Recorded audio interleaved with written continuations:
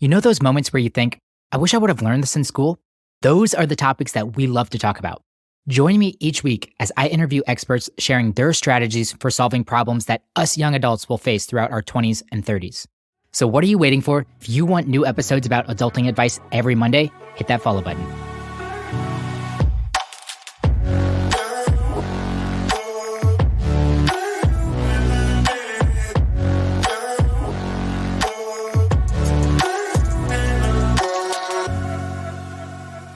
Today's episode is an exciting conversation with Chris Sparks, a retired professional poker player, although he uses the term retired fairly loosely. I'll settle somewhere in the middle and call him a well-paid hobbyist.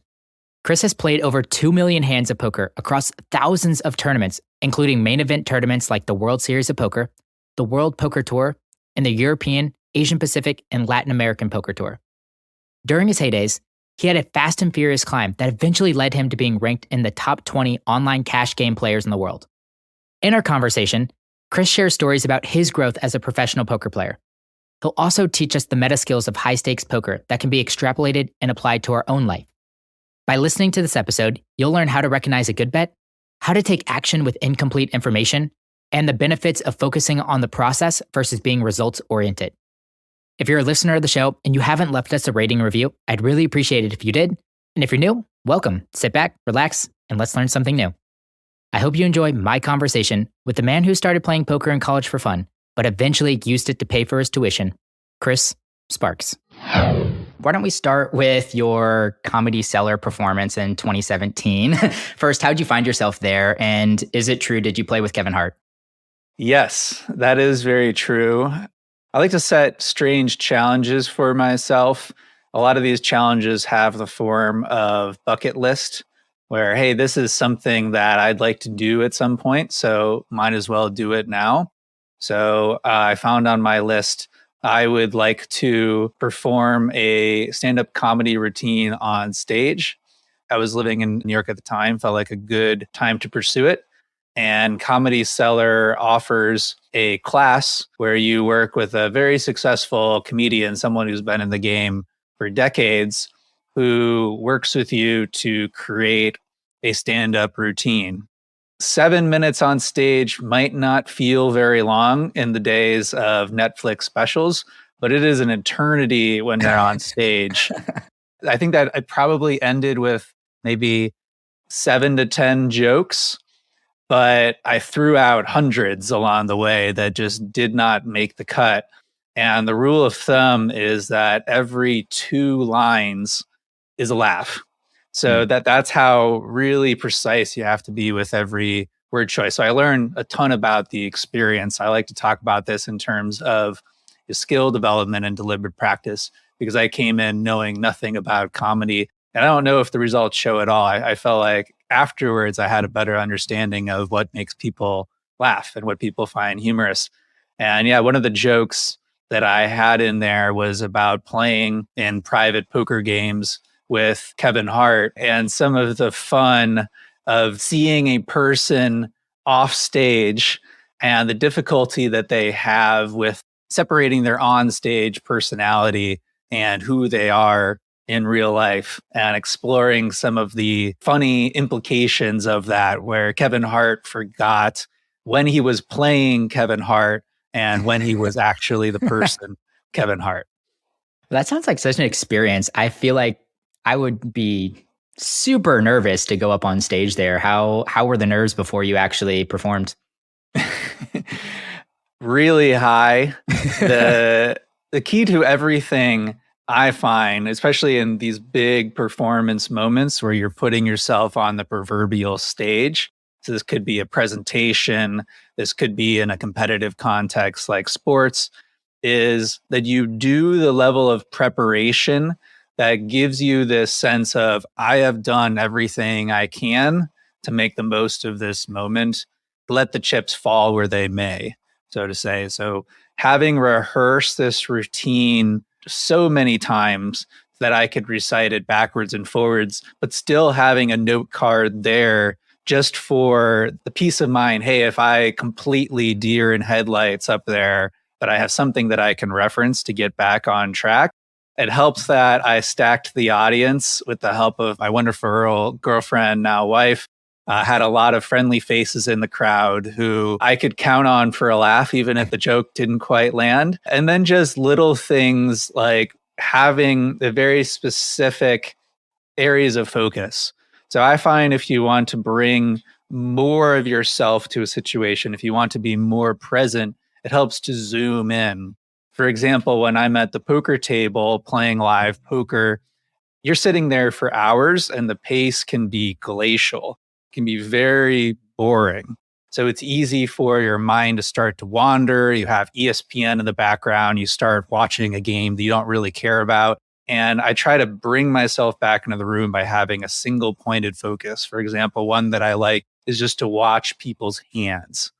When you're playing poker, hands reveal a lot. They're handling chips, they're handling cards. You have nervous tics like touching your face or your arms.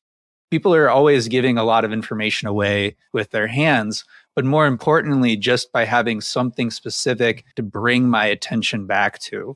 So when I'm on the stage, bringing my attention back to my breath. Am I talking at the right pace and using breath as an anchor to that? Or there was really specific beats on the joke, points of emphasis, words that I wanted to make sure really came across.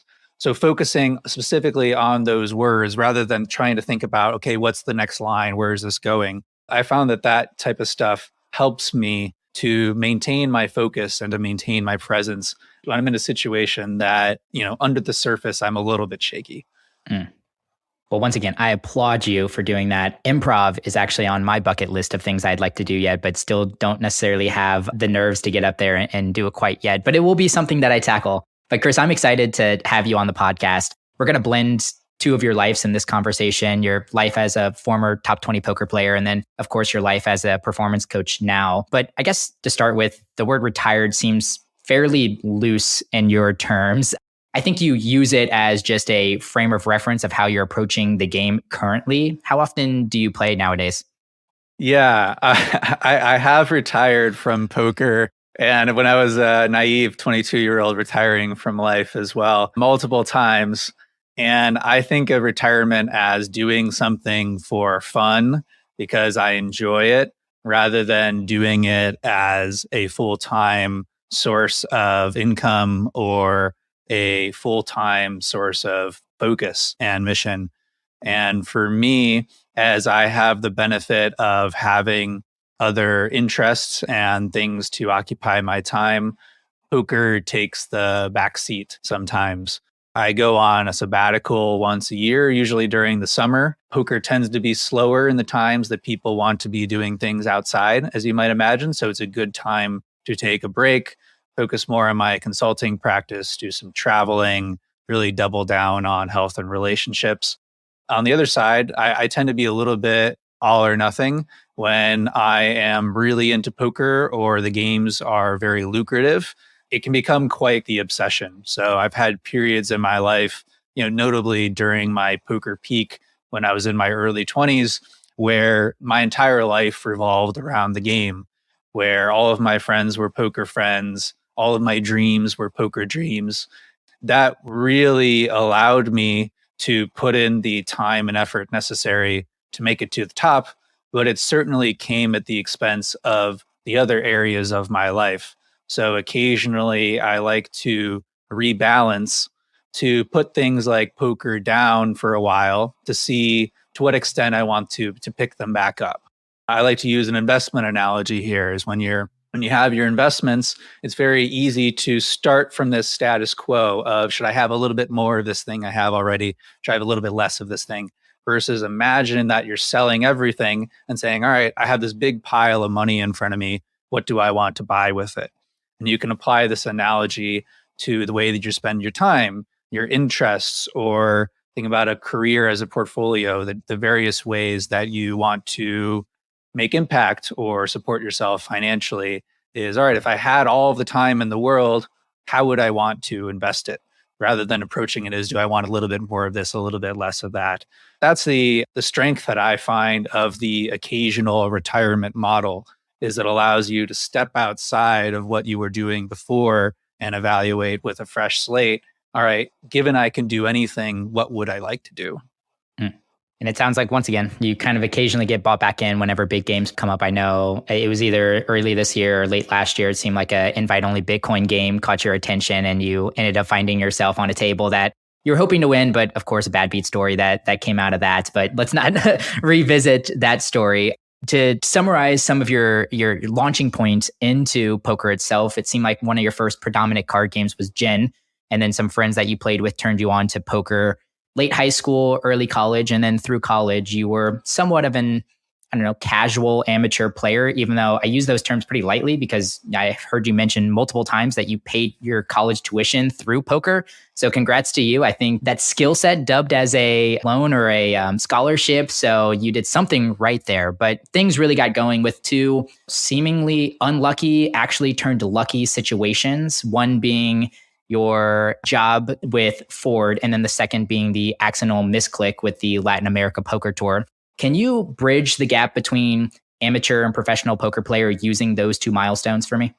Wonderful, wonderful encapsulation, Justin. If I ever have a memoir, I'm going to hire you to tell the story. That was very well put. So yeah, I was a gamer growing up. I got into cards via the game Gin, which is a 2-player form of Rummy. I was one of the best players in the world around the age of like 14 to 16. Obviously wasn't making any money from it. It was just doing for fun. And a few of my Gin friends mentioned that they were playing poker. Poker had just started online at this point. This was 2002 to 2004.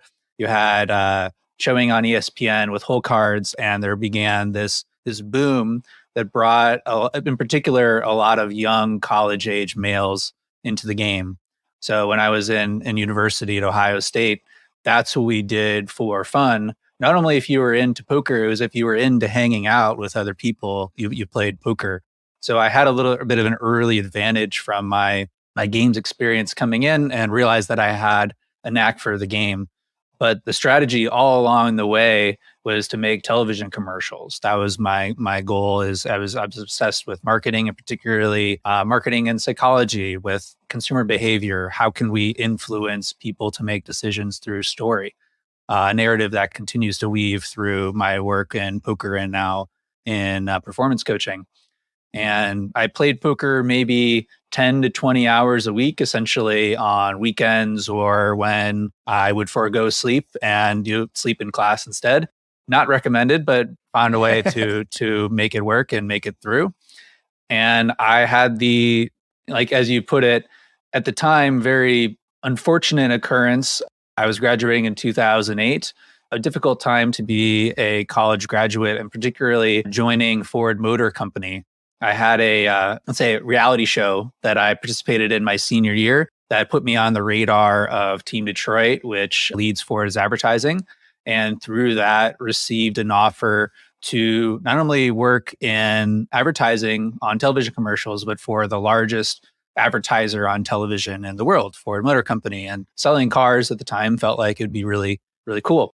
But Ford goes on a mandated hiring leave the week before that I'm supposed to start working full time. So I found myself sitting in Detroit. I knew a handful of people, all of whom were people I got introduced who were starting at Ford in the same cohort as me, and all of this free time on my hands.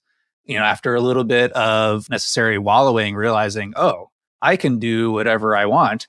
Well, I never had time to play as much poker as I wanted during college because I was president of student organizations, taking all these classes, hanging out with friends. Well, I don't have any of these constraints anymore. What if I treat playing poker as my profession until I get the green light from Ford to, move on to the real world? And it was at this point I finally started treating it, well, I want to be one of the best. What does that entail? I had never been inside of a gym in my life. It's like, well, it seems like working out, if I want to be a cognitive athlete, I should be more of a physical athlete. So, let's try lifting weights. And well, maybe drinking water occasionally instead of just soda as my sole source of liquid, or, eating a salad instead of eating a pizza for every meal. All of these instrumental choices. Well, I want to be good. I want to be able to, have more energy and more focus. What do I need to do there?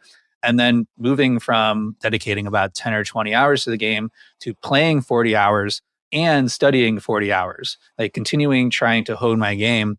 Where fast forward about a year later, I moved in with some friends in Los Angeles into a poker house where we really sharpened each other, continually found ways to make each other better on and off the poker table. And 18 months after that, I was ranked in the top 20 in the world. It really moved very quickly. But in the beginning, just recognizing, oh, this is an opportunity. Yes, my dream has been derailed, but there are many ways to make a living, and I really seem to have a knack for this, and I really enjoy it. You mentioned this other fortunate occurrence that I like to mention, one of my favorite stories. I was playing online poker at the time, and they had what's called satellite tournaments, where if you put in a small buy-in, you could either win a larger amount or sometimes a all expenses paid trip to play a tournament in an exotic location. And I wasn't playing a lot of satellite tournaments at this time. I was trying to enter in a different tournament, but I misclicked. I entered into a tournament where the first prize was a trip to Brazil to play in the Latin American Poker Tour and included hotel and airfare. Well, once I had entered, I needed to play it. So I ended up winning and I traveled down to Brazil. This was right after I had graduated. And I remember that moment of arriving in the hotel. You have the waves of Copacabana crashing in the background. It just felt like paradise. Like, where am I right now? And there were all of these young guys, just like me, who were hunched over their laptops in the hotel lobby. And my first reaction was, what are all these guys doing? Like, they're in paradise. Like, if there's ever been a time to go outside, this is it. But then I started to realize, oh, this is their normal life. That just being in paradise at this 5-star hotel is just another day at the office for them. And well, I could do that too. And why don't I do that? So that was a real big shift for me. And that's something that I've seen over the years is really beneficial when you think about, mentors, not necessarily those who are older with gray hair showing us the way, but just being open to possibilities that we never would have considered. Those two occurrences, I'd say more than any other, the opportunity with Ford falling through due to the economy and confronting my contemporaries who were living a very different lifestyle than I would have conceived, definitely set my life in a right angle to where it was going before. Yeah. To put a bow on both of those, it seemed like, well, Ford came back maybe, I don't know, 6 months later or something. And they're like, okay, the hiring freeze is up now. But at that point in time, you were making more on a monthly basis than you were going to make on your annual salary at Ford. So it seemed like kind of an obvious choice to push that decision later down the road. Fiscally irresponsible.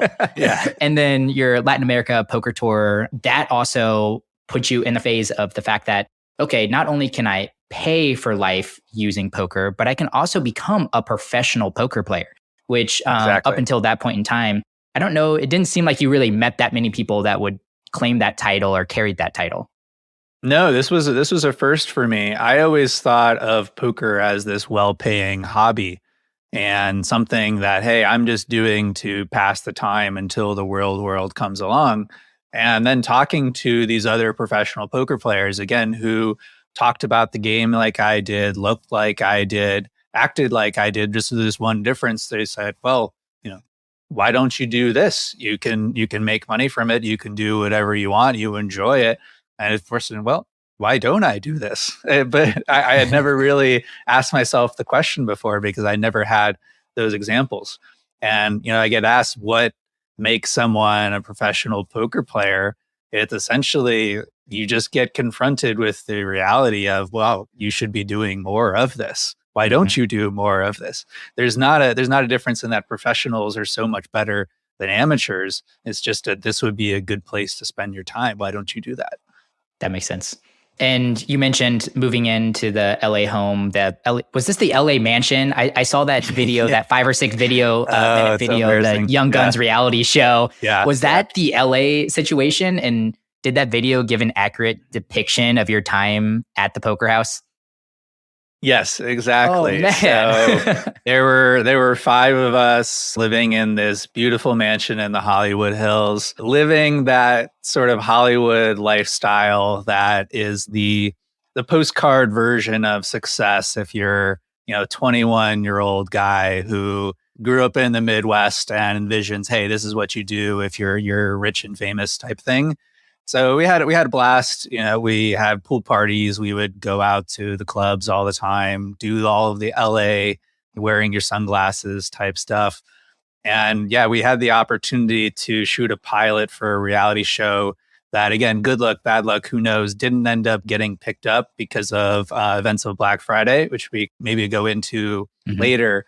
But the perspective that we went into it with is like, hey, do we really want to do a reality show? Is this what we want to get into? The producer, his last credit was a show on small people. The title is something like midget wrestling. Not a term that I would use, but just to give you an idea of the type of programming that he specialized in. But we decided that we just need some form of artifact or archive of what this time in our lives is like, because if we tell people, they might not believe us and we might forget in the rear view. So it's really nice to have this kind of encapsulation of what life was like. And yeah, we were so, young, naive, but really aligned in, hey, we have an amazing opportunity here. Let's make the most of it. How'd you balance the distractions of living in that house? Because it seemed like one person was maybe like a nightlife promoter and recently brought in some late night distractions, but then at the same time, it's not like it was all bad for you either, because as you mentioned, you were surrounded by people that were making you better poker players. You would, want to get offline at a certain hour, and then you would look around and see your other roommates are still playing and still invested in the game. So you would continue to forge through that as well. So it seemed like there was a bit of a dichotomy between the house brought some good and the house brought some bad. How did you reconcile that in your own brain? Yes.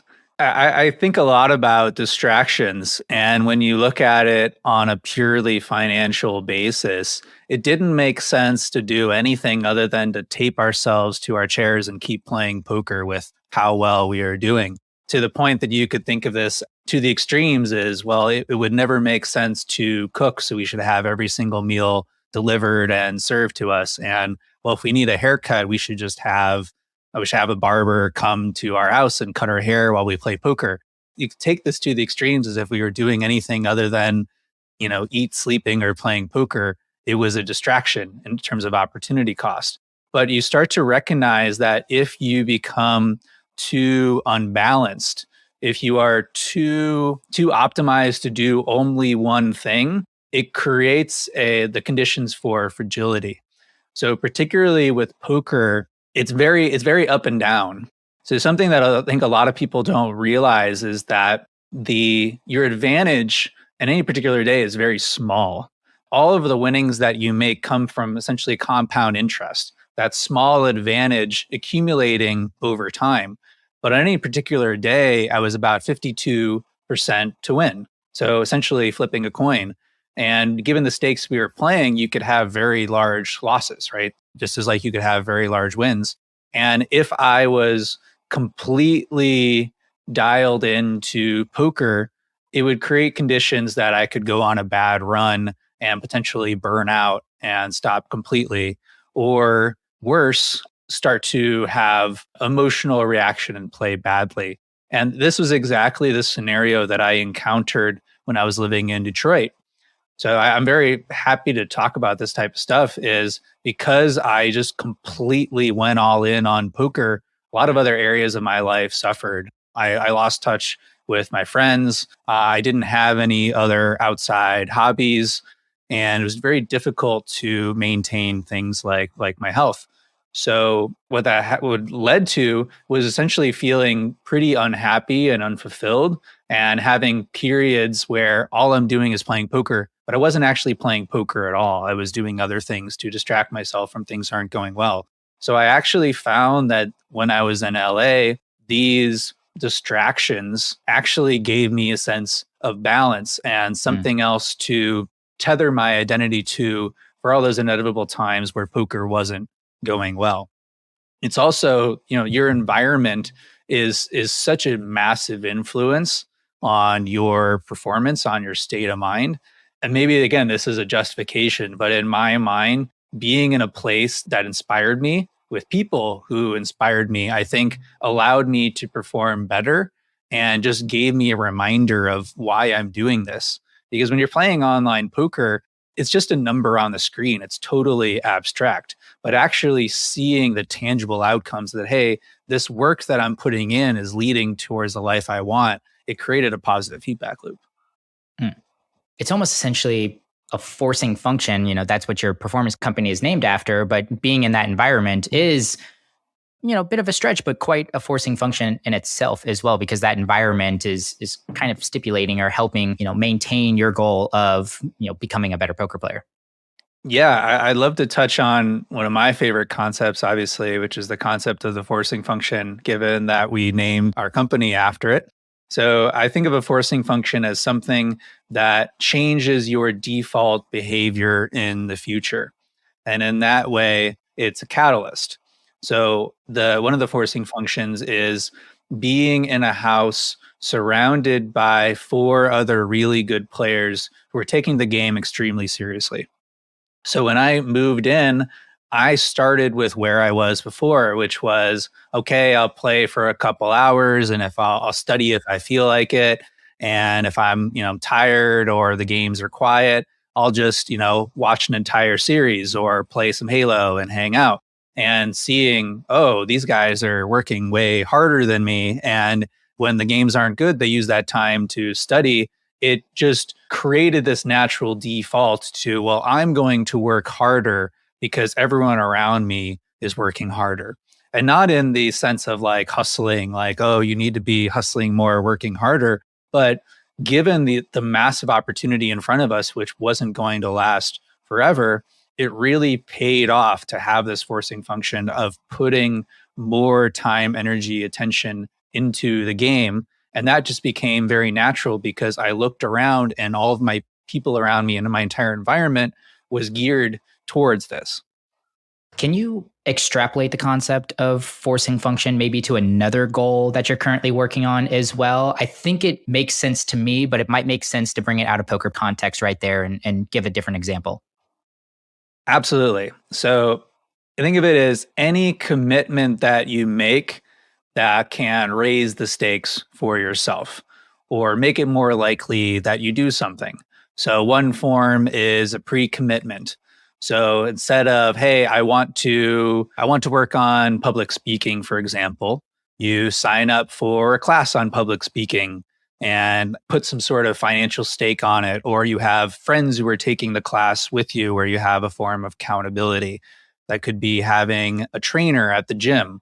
Or another thing I think about is creating some form of intermediate deadline.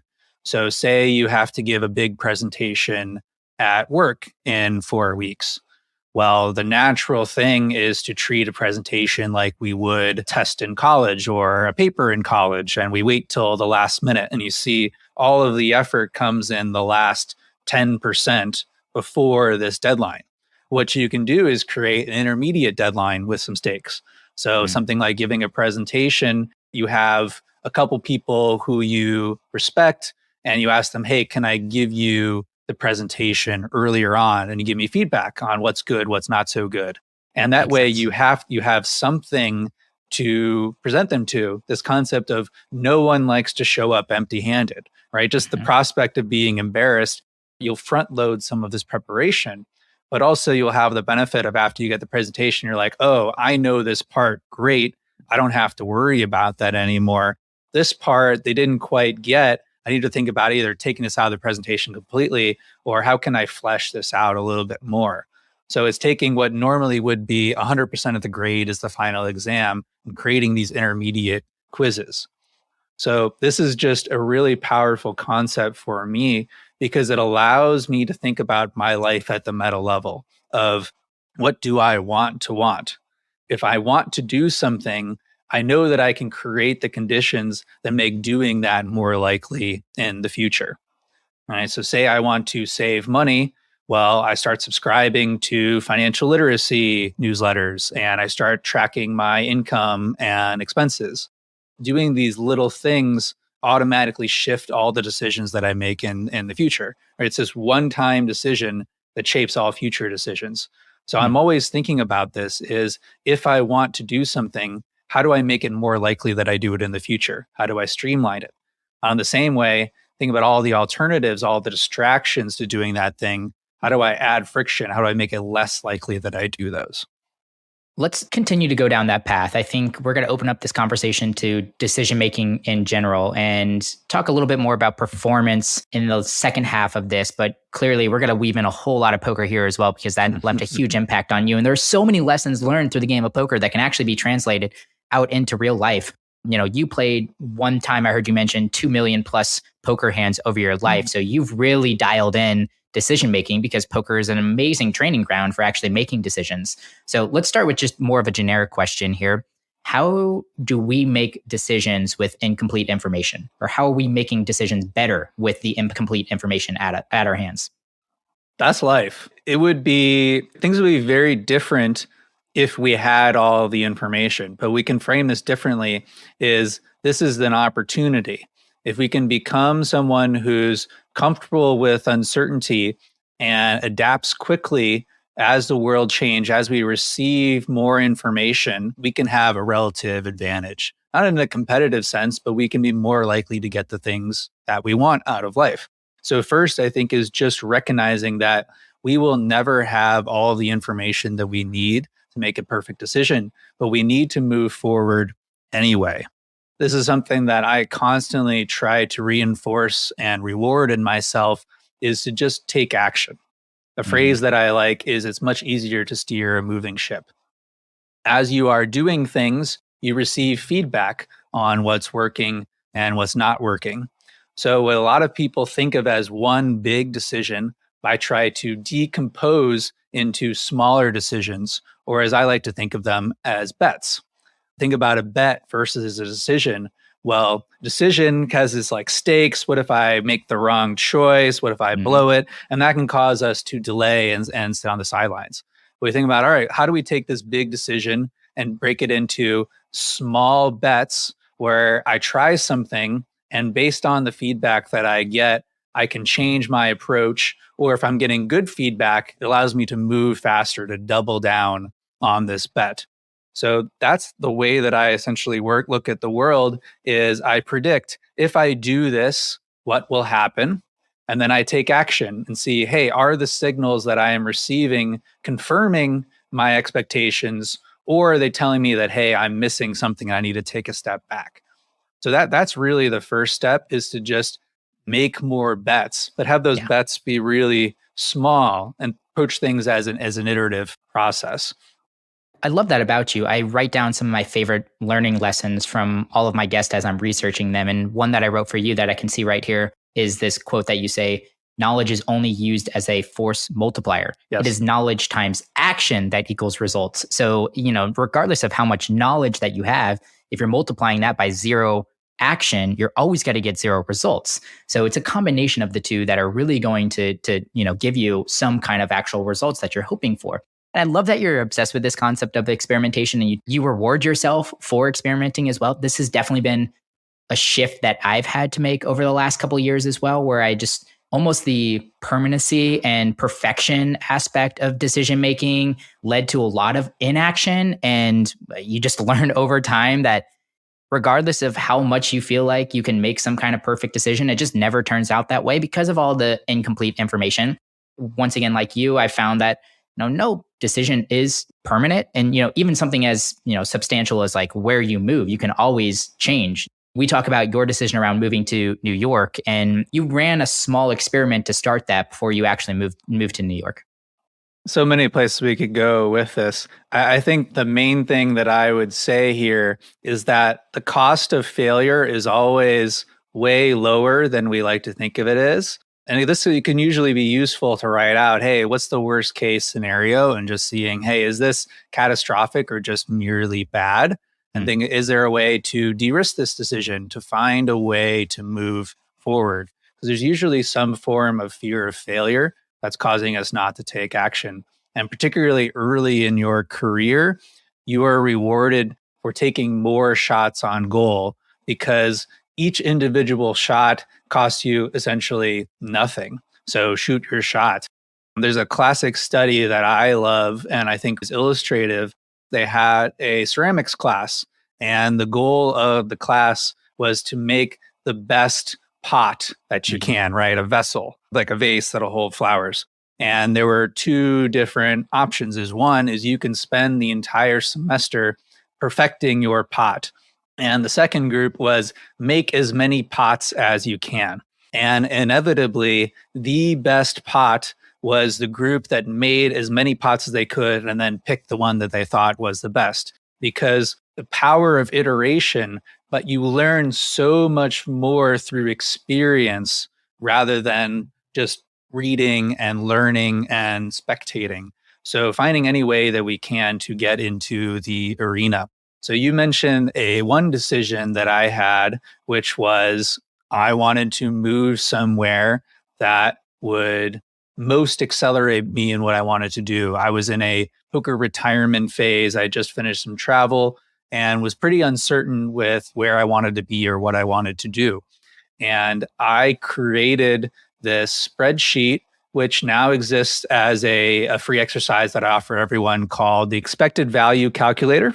So you can find this at forcingfunction.com/EVC. The power of this exercise was I could list out, hey, here are the 5 things that were important to me and where I wanted to live. So in this case, I wanted to be around ambitious people. I wanted somewhere that was walkable. I wanted there to be a startup scene because I was really interested in entrepreneurship, et cetera. And then I could list out the cities that I was interested in. Okay, Los Angeles, Austin, San Francisco, New York, throw some curveballs in there, and then just rank how these cities do on these criteria or values, which were most important for me at the time. And through this exercise, was able to see very clearly that assuming these 5 things were most important to me, that New York was by far the best place to be right now. So I booked a flight for the next day. All of my assumptions are telling me this is the best place to be. So why waste any time? Let's get on the ground floor and see if this is correct. I think a really big part of improving yourself as a decision maker is being willing to test these assumptions. So I created an experiment. I found a place to live with some friends of friends for 1 month. And I said, let's see what living in New York is like. I'd visited, but I'd never actually lived there before. So let's test that, hey, there really are ambitious people and this really does have a startup scene. And I really do enjoy walking and I do more things and so on. And through the results of this first experiment living in New York for 1 month, realizing, yes, all of these assumptions that I had turned out to be even more true than I thought. So I signed a lease for 1 year. That was the next form of the experiment. But it gave me the confidence to move forward quickly because I had started from, well, what do I want? What do I value? And I think this is maybe the most key part of making any decision is asking yourself, in this decision, what am I optimizing for? And particularly, what am I optimizing for most? And that's hidden in the expected value calculator if you do the exercise, is that if you decide what's most important to you, the result at the end will change. So had I changed the categories that I was looking at, deciding, okay, I want to be in somewhere that's really close to nature, and I wanted to be somewhere that had a low cost of living. Obviously, New York doesn't check that box very well. Well, New York wouldn't have been the answer, and I would have moved to somewhere completely different. But I had done that hard work up front in deciding what's most important to me. What do I want my default behavior to be in the future? What do I want my forcing functions to be? And knowing what I wanted made that decision of where to move to relatively easy. So that's what I always like to think about is if I do the hard work of knowing what I want, what I'm optimizing for up front, I can move quickly later on. Yeah, kind of the introspection piece too. Because if you just have misaligned goals, then you're going to run crazy all the time. So, hi there, podcast listeners. This is Kyle with the Struggle is Real team. You know, the better looking of the Peters boys. One big favor to ask. Please take a moment and give us a 5-star review. Justin is an incredible host, and he's bringing so much value to the self-development space. We want to help young professionals figure out this whole adulting thing, and by leaving us a rating, you can help us do it. Thank you. You're the reason that we continue to do what we do, Now, back to the show. Another aspect of decision making is emotions. And being a poker player, I would expect that you would approach this kind of in a cold stone, type of approach when it comes to emotions, suppress them because they are adding no value in the decision making process. But I was surprised that I heard you mention that emotions are not your friend, or are actually your friend, not your enemy. And your justification was the fact that emotions can actually supply information. The negative impact of emotions is when you start feeling feelings about your feelings, if that makes any sense there. So can we unpack that a little bit and maybe you can expand on some of those thoughts? Sure. A common belief about poker players is that we are robots and we've somehow found a way to poker face our way through life and that things just don't affect us. Is that That partially true? Like, do some poker players approach the game of poker that way?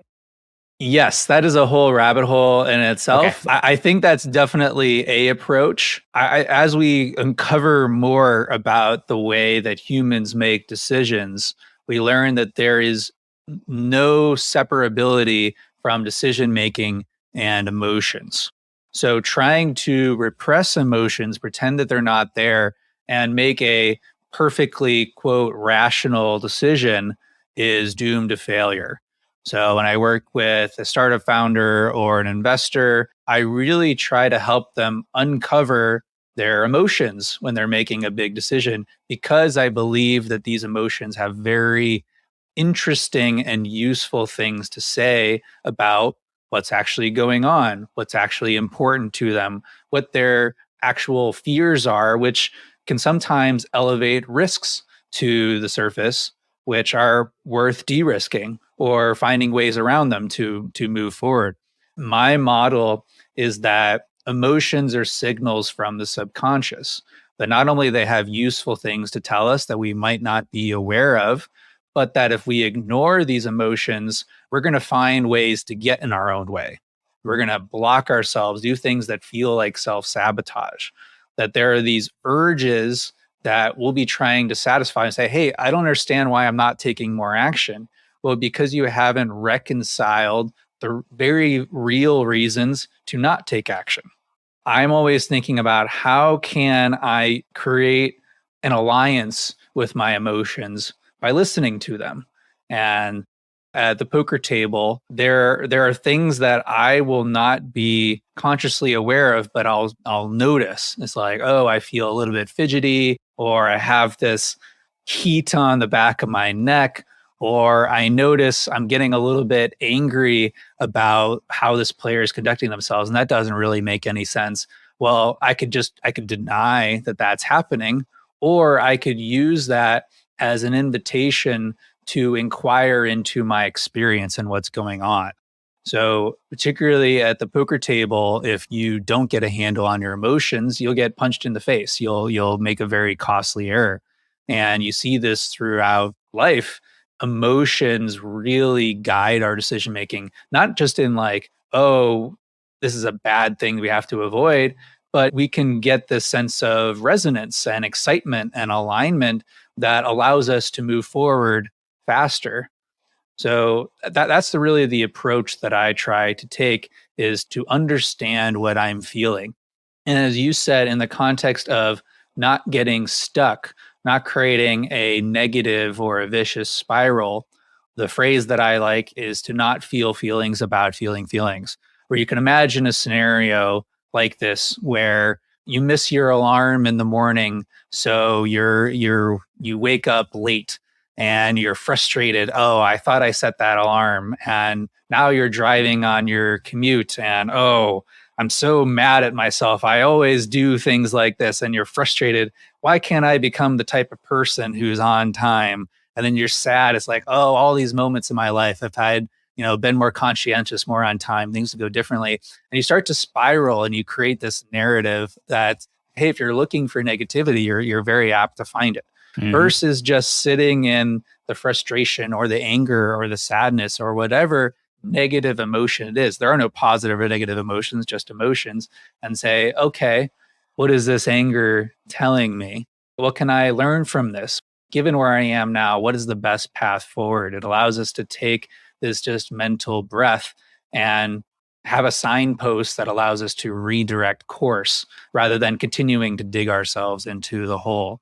So, understanding that these emotions are guiding us or setting us astray all the time, if we have a more cooperative attitude towards them, we can usually find a path forward that feels safe, that feels aligned. You mentioned this approach in poker, which is to try to become a robot. I talk about this in a beast of a post called Play to Win. This is where I see a lot of younger players going astray. These days, poker is primarily guided by computer models. So you see players try to do the equivalent of memorizing this 10,000 page book and then execute these strategies as if they were just a computer. But the problem that they face is they are not a computer, they are a person, and no person can execute perfectly. So you need to be able to take these emotions, these human aspects into account if you want to be realistic about what you can do. Yeah, and to an extent, something that might have been frustrating at first, through your example of how you initially really launched into poker with your hiring freeze at Ford, could potentially turn into something in a serendipitous moment in a positive way. So once again, it's of course now you got to allow yourself to soak in the emotion for a little while as long as that needs to be. And then once again, like you said, chart out, okay, what is now the best path forward? Or what's an opportunity that maybe presented itself now that this thing occurred? I like your advice just in general around skill acquisition, the advice of staying in the game. And that so much of skill development or process improvement in general is just a long game scenario. It's just staying in there and continuing to iterate and learn through the process and going through the loop.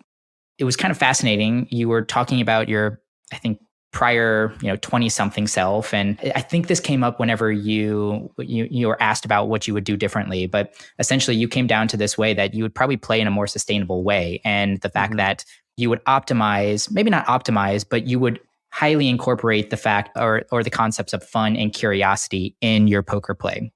Can you talk a little bit more about that? Do I have that right? Yeah, I think you do. I think that the most important value is curiosity, and that solves for a lot.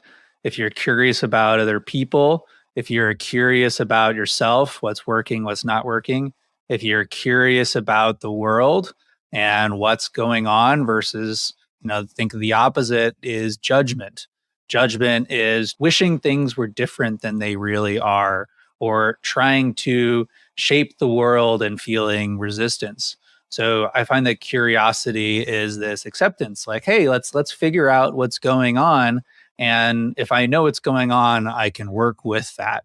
And hey, if I understand this thing is not working very well, I can do something about it. I can course shift versus judgment of, oh, I should be better at this. And I'm going to figure this out because this is bad. So I found that a lot of my early self was motivated by this sense of scarcity, that it was kind of operating from this place of fear of I didn't want to become this way and running away from the things that I don't want.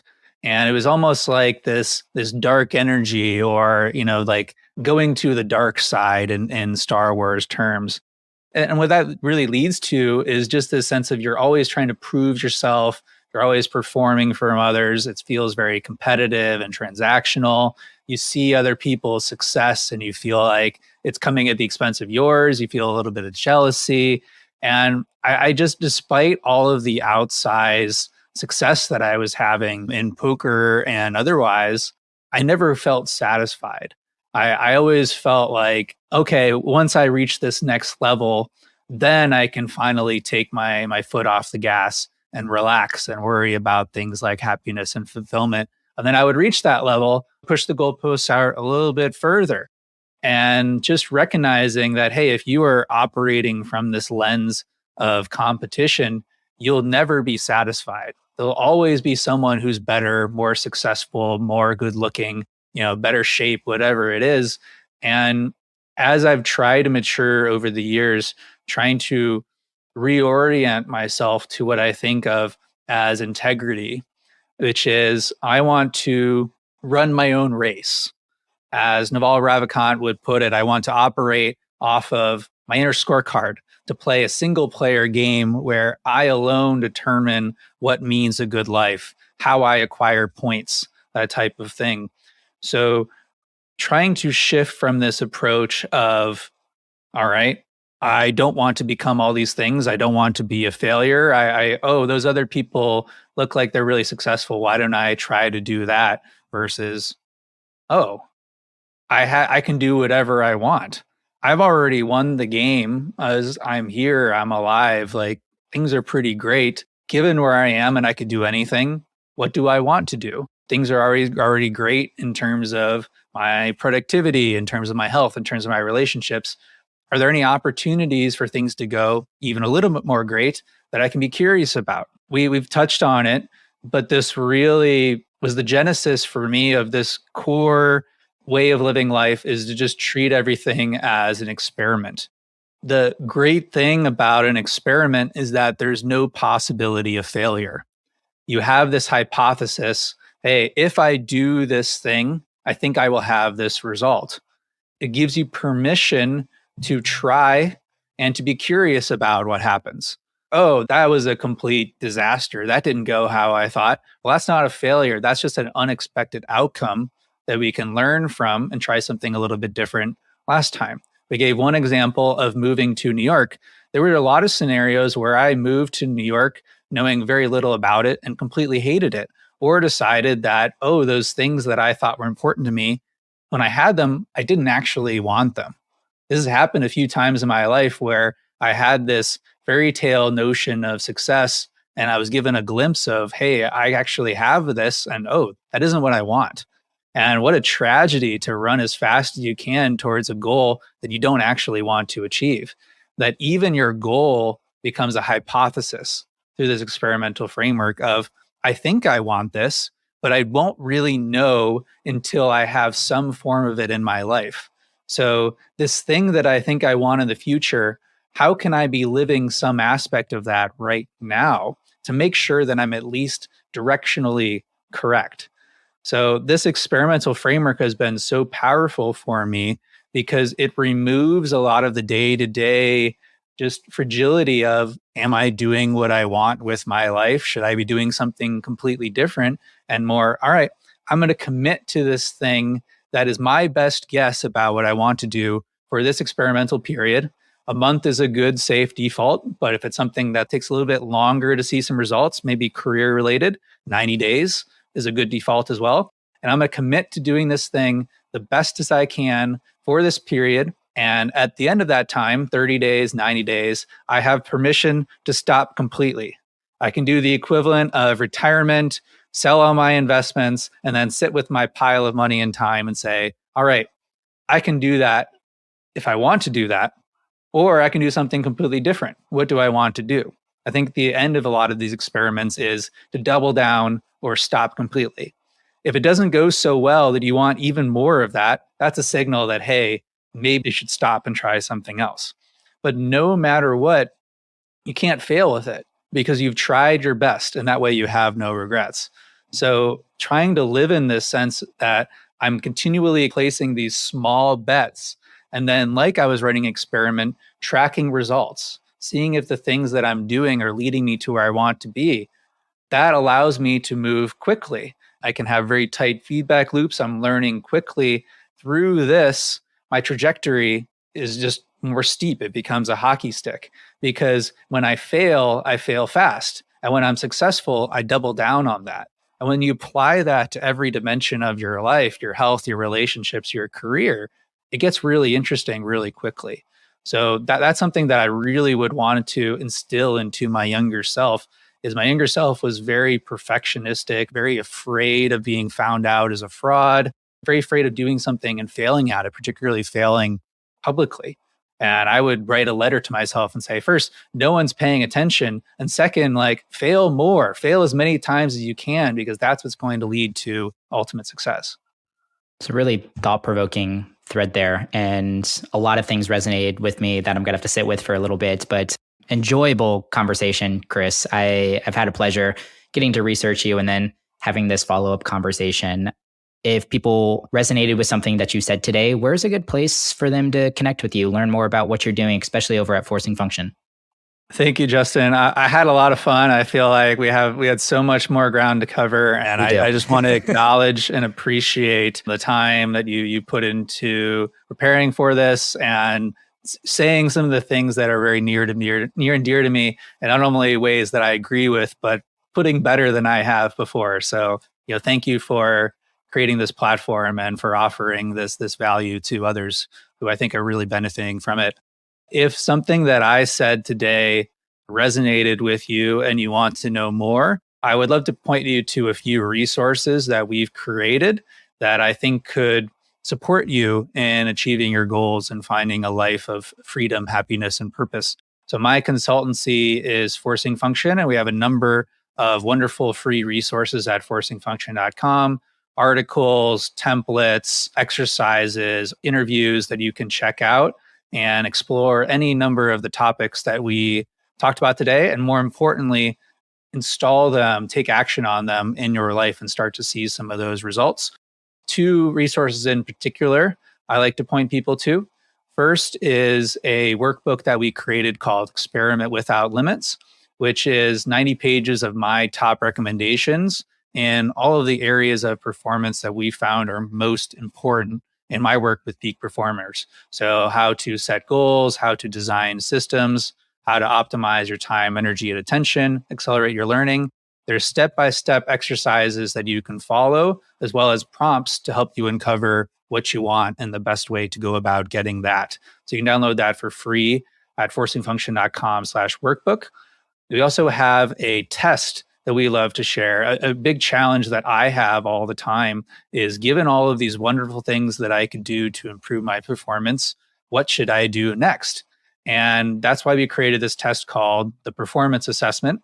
So there's 20 questions that, if you take them, will illustrate here is the next best thing that you could do to take yourself to the next level. So you can take that test for free at forcingfunction.com/assessment. The final thing that I would share with you, just because the timing of when I think this episode is going to come out, is that we have our flagship program, which is my group coaching program called Team Performance Training, where I teach a small group of founders and executives in a number of really interesting companies my systems for becoming an elite performer. So you'll be surrounded by other really smart, ambitious people. And each week I will tell you one of my essential lessons for accelerating your career, becoming someone who's able to get things done more often, more consistently, and more importantly, create a life that feels aligned for you. So if this is something that's interesting to you, I encourage you to learn more at teamperformancetraining.com. You can sign up for the waiting list there and potentially submit an application when those open. Our next cohort, the applications are opening on September 13th.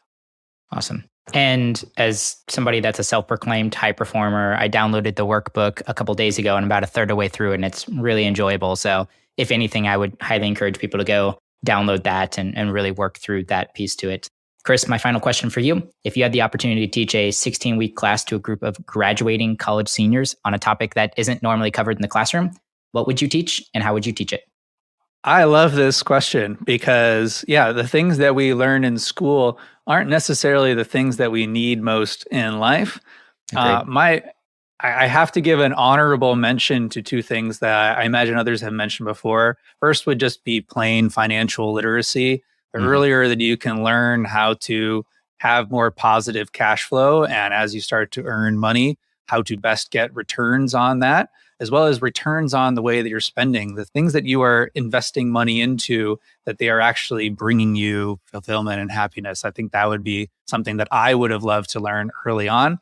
A second honorable mention, I think, would be just called the art of adding value to people. So how do you have a positive attitude in your actions? How do you be someone who takes initiative, who has follow through, who has a sense of curiosity about the people that you meet? And something that I try to embody is like, everyone that I encounter is a future best friend, is a future collaborator, and just approach every interaction from that. So I would love to try to talk about this, how to create this mindset where you are someone who's positive within every interaction and that everyone sees interacting with you as a positive. But the class that I think that I am most qualified to teach, that I've been playing around teaching for a while, so maybe this will be a nice nudge to finally go out and create this class, would be called How to Think Like a Poker Player, which would be talking about some of the concepts that I talked about today with the benefit of the experience of playing 2 million hands of poker against some very, very smart individuals. What have I learned that translates to life? So this could be anything from how do you recognize a good bet so that you can move quickly, to how you become self-aware, be able to manage and leverage your emotions, as well as just understanding other people, what they need, how to work with them, negotiation, everything is a negotiation, that type of stuff, analyzing your competition, to things that are a little bit more mindset, like being process oriented rather than results oriented, understanding social dynamics, making sure you're playing in the right games, when to stop playing in that game and move on to a different game, developing your skill in a deliberate way, basic statistics. I think if there's like one class that anyone should take, it'd be statistics. Try to accompany this in approaching life as a game, because games are fun and playful. And if you understand the rules, there's a lot of creativity that you can work with. That would be what I would try to share and to teach. How do you think like a poker player so that you can take this lens and apply it to everything to win in whatever game you choose to play? I would love to be in that class. That'd be so much fun. You mentioned a lot of really great things in that class. So maybe sometime in 2023, we can have you back on for a part 2 and we can unpack that class a little bit more. That would be a lot of fun. But once again, Chris Sparks, forcingfunction.com. Chris, it's been a pleasure having you on the podcast. Thanks, Justin.